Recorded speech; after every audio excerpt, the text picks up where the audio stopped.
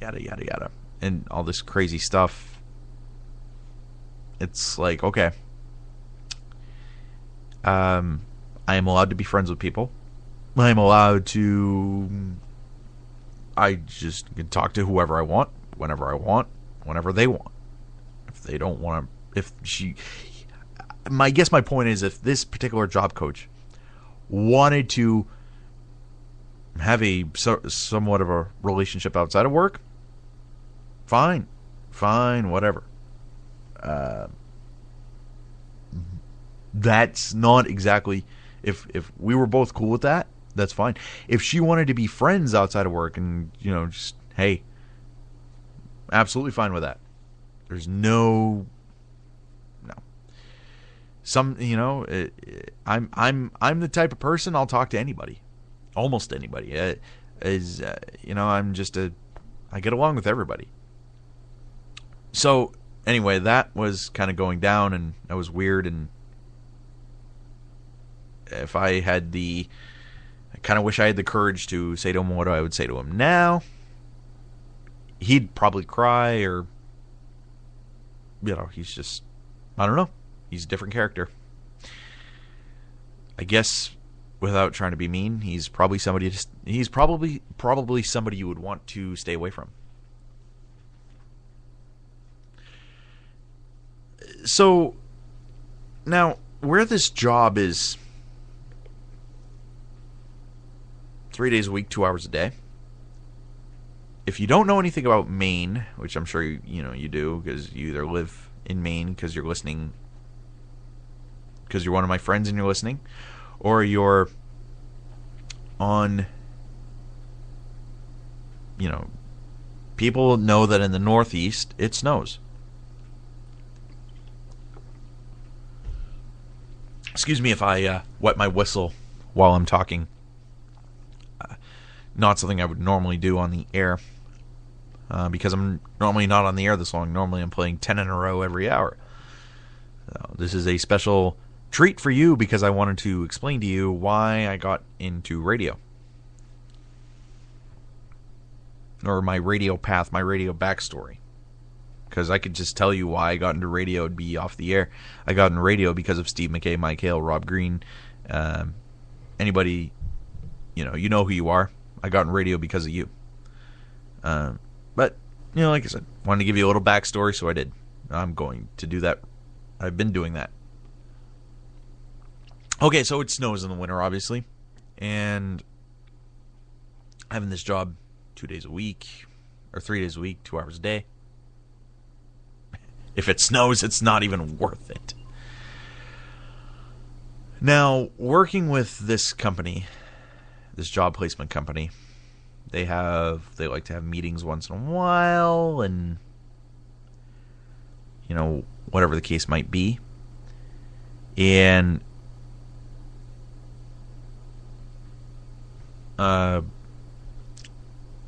they'll do meetings and whatnot. Now, my mother helps me out a lot in life. She does.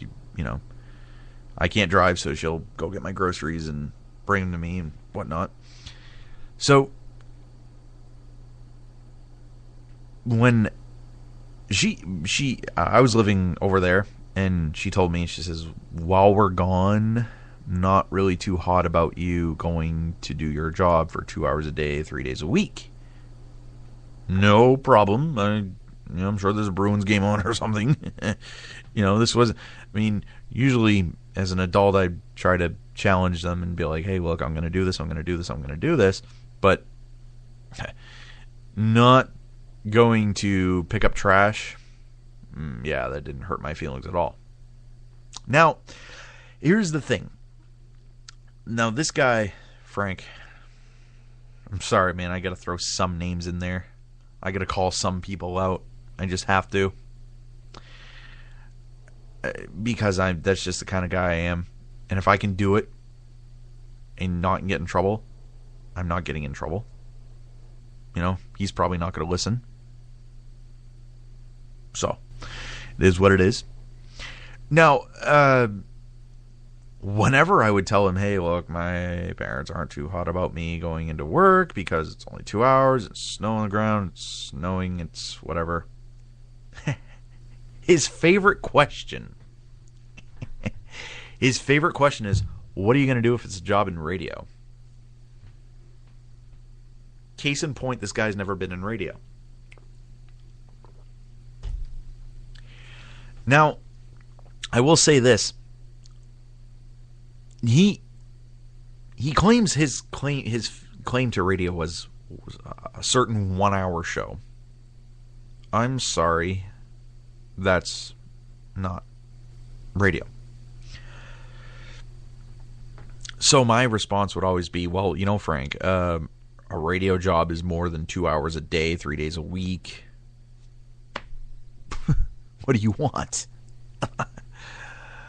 Oh my gosh. This guy's a head scratcher. So I could say that he's the reason I'm bald today, but no, that's because I shaved my head. And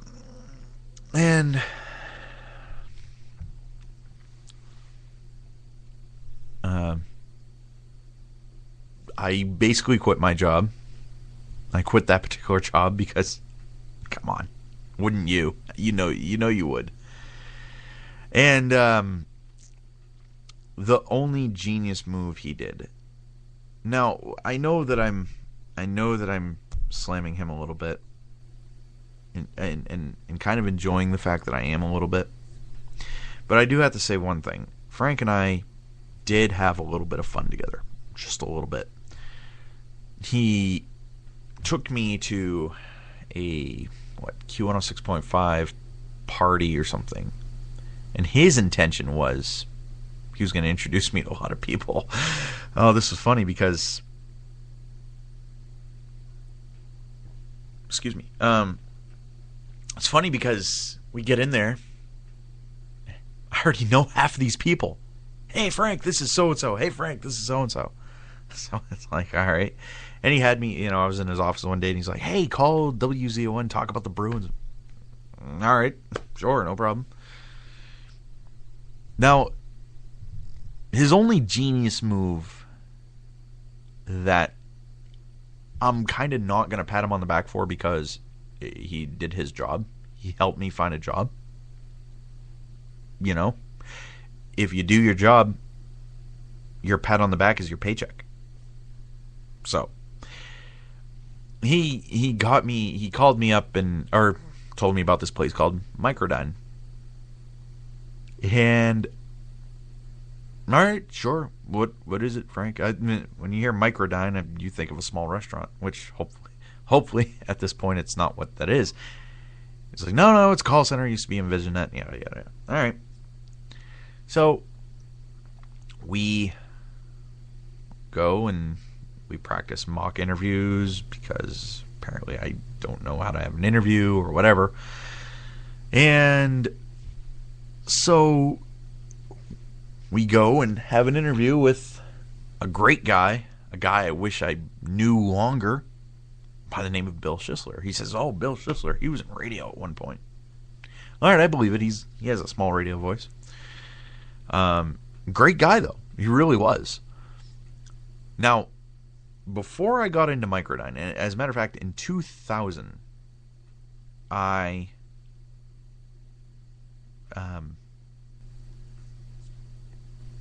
got a job at New England Sash, which was in Brewer at the time. The place is no longer there. And my job was to call people up and offer them to have somebody come in and show them energy-saving thermal windows.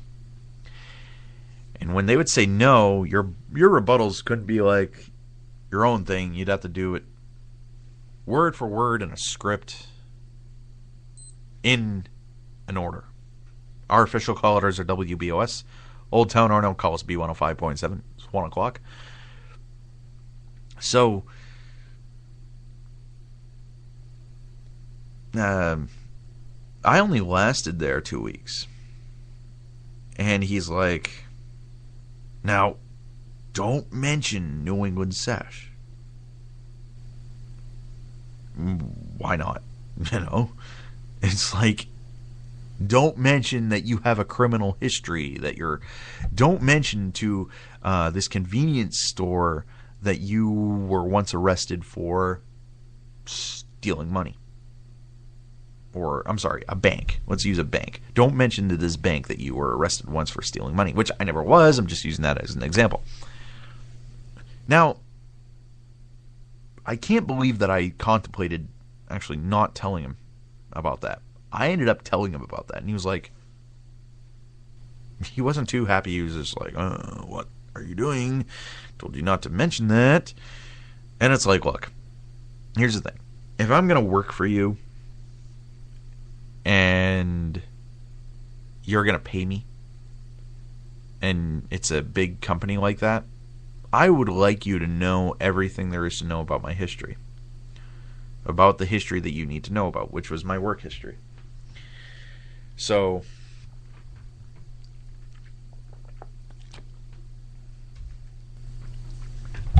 I did, and I have no regrets. Proof in the point that I got a call at 8 o'clock in the morning. And remember, I'm not a morning person. I'm not. I hate mornings. They should be illegal. They should be gone. And I got a call, and they were offering me a job, and I was like, well, yeah, I think I'll think about it, because it's 8 o'clock in the morning. I don't know. No. So I called Frank up, and I says, oh, yeah. They offered me a position. I said, I'll think about it. He wasn't too happy with it. He was like, what? What the heck are you doing? I called him up. I was like, yeah, I'll take it. Absolutely.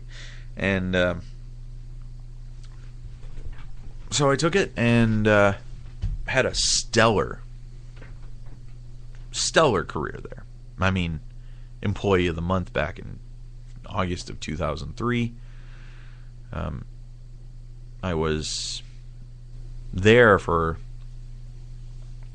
on and off a total of 9 years. I was laid off twice. I was laid off October 30th of 2009, and of course for the final time February 23rd, 2012. It is what it is, man. That place was great place, great people, but it's just no longer for me. And at the time that I was working there, and I'll tell you, I'm going to mention somebody else who became very, very instrumental, and is actually still instrumental to my life. I said life, not wife. And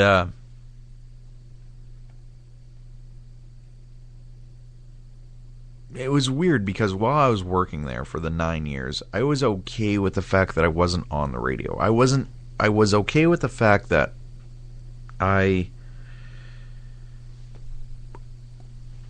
have a radio dream, and it'd be cool if I was on the radio, but at this point, my career is going elsewhere. But when I got done finally for the final time in 2012, I was very much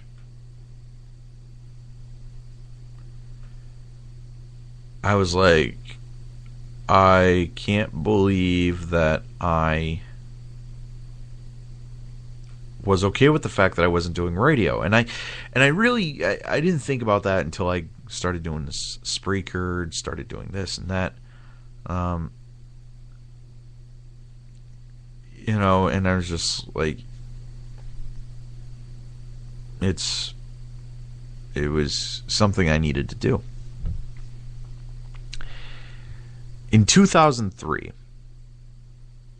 let's go back. 2003, I'm at Microdyne, having the time of my life. I love my job. I'm the type of person that act like you love your job. Don't treat your job as if, oh, I gotta go to work. And I was like that. I was like, oh, I gotta go to work. Oh man, you can't do that. I loved my job. Why? Because I was talking to people for a living. And yes, I had plenty